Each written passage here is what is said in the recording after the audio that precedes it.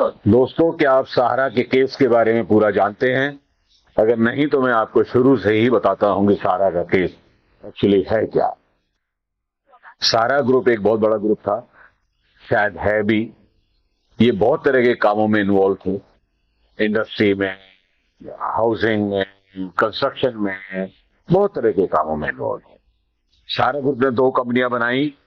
एक कंपनी का नाम था सहारा इंडिया रियल एस्टेट कॉरपोरेशन और दूसरी बनाई सहारा हाउसिंग फाइनेंस इन्वेस्टमेंट कॉरपोरेशन। इन दोनों कंपनियों में पब्लिक से ओईसीडी इशू और ओएफसीडी इशू करने के बाद में इन्होंने उनसे पैसा इकट्ठा किया। ओएफसीडी का मतलब होता है fully convertible debentures. Fully convertible debentures को इश्यू करने के लिए हर कंपनी को पहले सेबी से परमिशन लेनी पड़ती। सेबी की सारी रेगुलेशंस को फॉलो करना पड़ता है। सेबी के में बड़े स्ट्रिक्ट नॉर्म्स हैं कि पब्लिक का पैसा डूबे नहीं, परंतु इन्होंने सहारा वालों ने डिवेंचर इश्यू कर दिए और पैसे लोगों से इकट्ठे कर लिए। लाखों लोगों से इन्होंने, छोटे छोटे लोगों से, कोई पान वाला, कोई बीड़ी वाला, कोई ठेले वाला, कोई गरीब, कोई भी आदमी, सभी लोगों से इन्होंने पैसे इकट्ठे कर लिए और इतने पैसे इकट्ठे किए इसका आज तक कुछ पता नहीं, क्योंकि आधा हिसाब ये बताते हैं, आधा हिसाब ये नहीं बता रहे हैं। जब सेबी के पास ये केस आया, इन्होंने सेबी के अंदर अपनी शेयर लाने के लिए अप्लाई किया, आईपीओ लाने के लिए इन्होंने अप्लाई किया। जब इनका केस आईपीओ के लिए गया तो सेबी ने देखा, अरे इन्होंने तो डिवेंचर इश्यू करके हैं। उन्होंने पूछा, भाई आपने डिवेंचर कैसे इश्यू कर दिए? पहले तो ये टाल मटोल, इधर उधर, सिफारिश सारी कोशिशें करते रहे, पर सेबी एक बहुत सख्त रेगुलेटरी अथॉरिटी है। सेबी ने कहा, नहीं, ये कोई बात आपकी नहीं सुनी जाएगी, आप ये बताइए कि आपने डिवेंचर इश्यू कैसे कर दिया। तो इन्होंने फिर बहाना लगाया, नहीं जी, हमने डिवेंचर इश्यू नहीं किए हैं, ये तो डिवेंचर हमने अपने क्लोज सर्किट में दिए हैं। जिसको सेबी ने नहीं माना। सेबी ने नहीं माना और सेबी ने इनको मना कर दिया। इसके बाद में सेबी इनके खिलाफ सुप्रीम कोर्ट में चली गई। जब सुप्रीम कोर्ट में केस चला तो इनको 2 साल इनको सजा हो गई। इनको सजा नहीं हुई, ये बंद रहे 2 साल तक। सहारा के मालिक बंद रहने के बाद में अनफॉर्चुनेटली उनका वहीं पे ही देहांत हो गया। ये बहुत तेज तर्रार आदमी थे, इनको बहुत ज्यादा फाइनेंशियल समझ थी, पब्लिक की नॉलेज थी, जानते थे कि कानून से कैसे खेला जाता है। खेल करके इन्होंने लाखों लोगों से बहुत रुपया इन्होंने इकट्ठा कर दिया। और जितनी इंफॉर्मेशन सेबी के पास आई उसके हिसाब से सेबी ने कहा कि 24,000 करोड़ रुपया आपको वापस करना है, जो कि ये वापस नहीं कर रहे थे।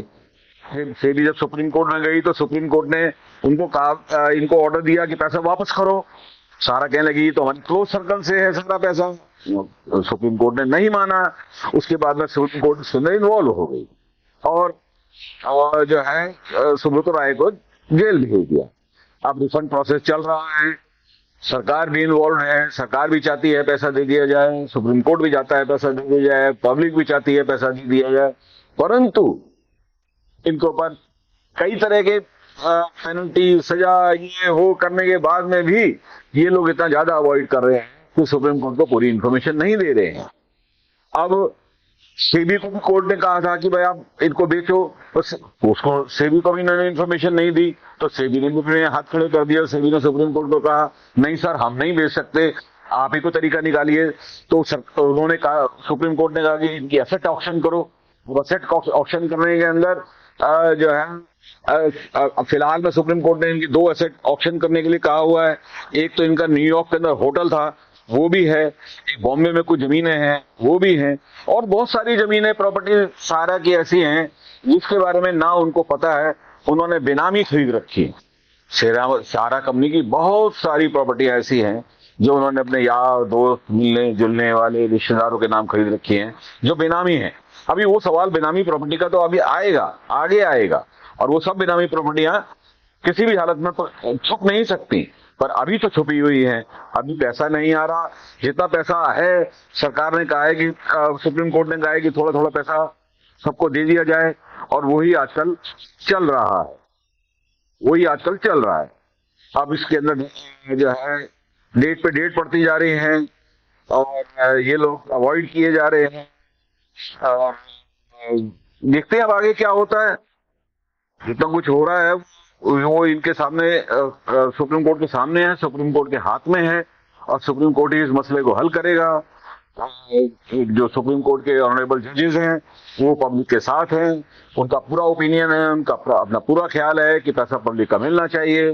पर सहारा वाले हैं, इनकी कोशिश ये है कि कोई ना कोई बहाना बनाए, कोई ना कोई क्लॉज लगाए, कोई ऐसी बात सुनाए कि जिससे केस भटक जाए, इधर से उधर चला जाए।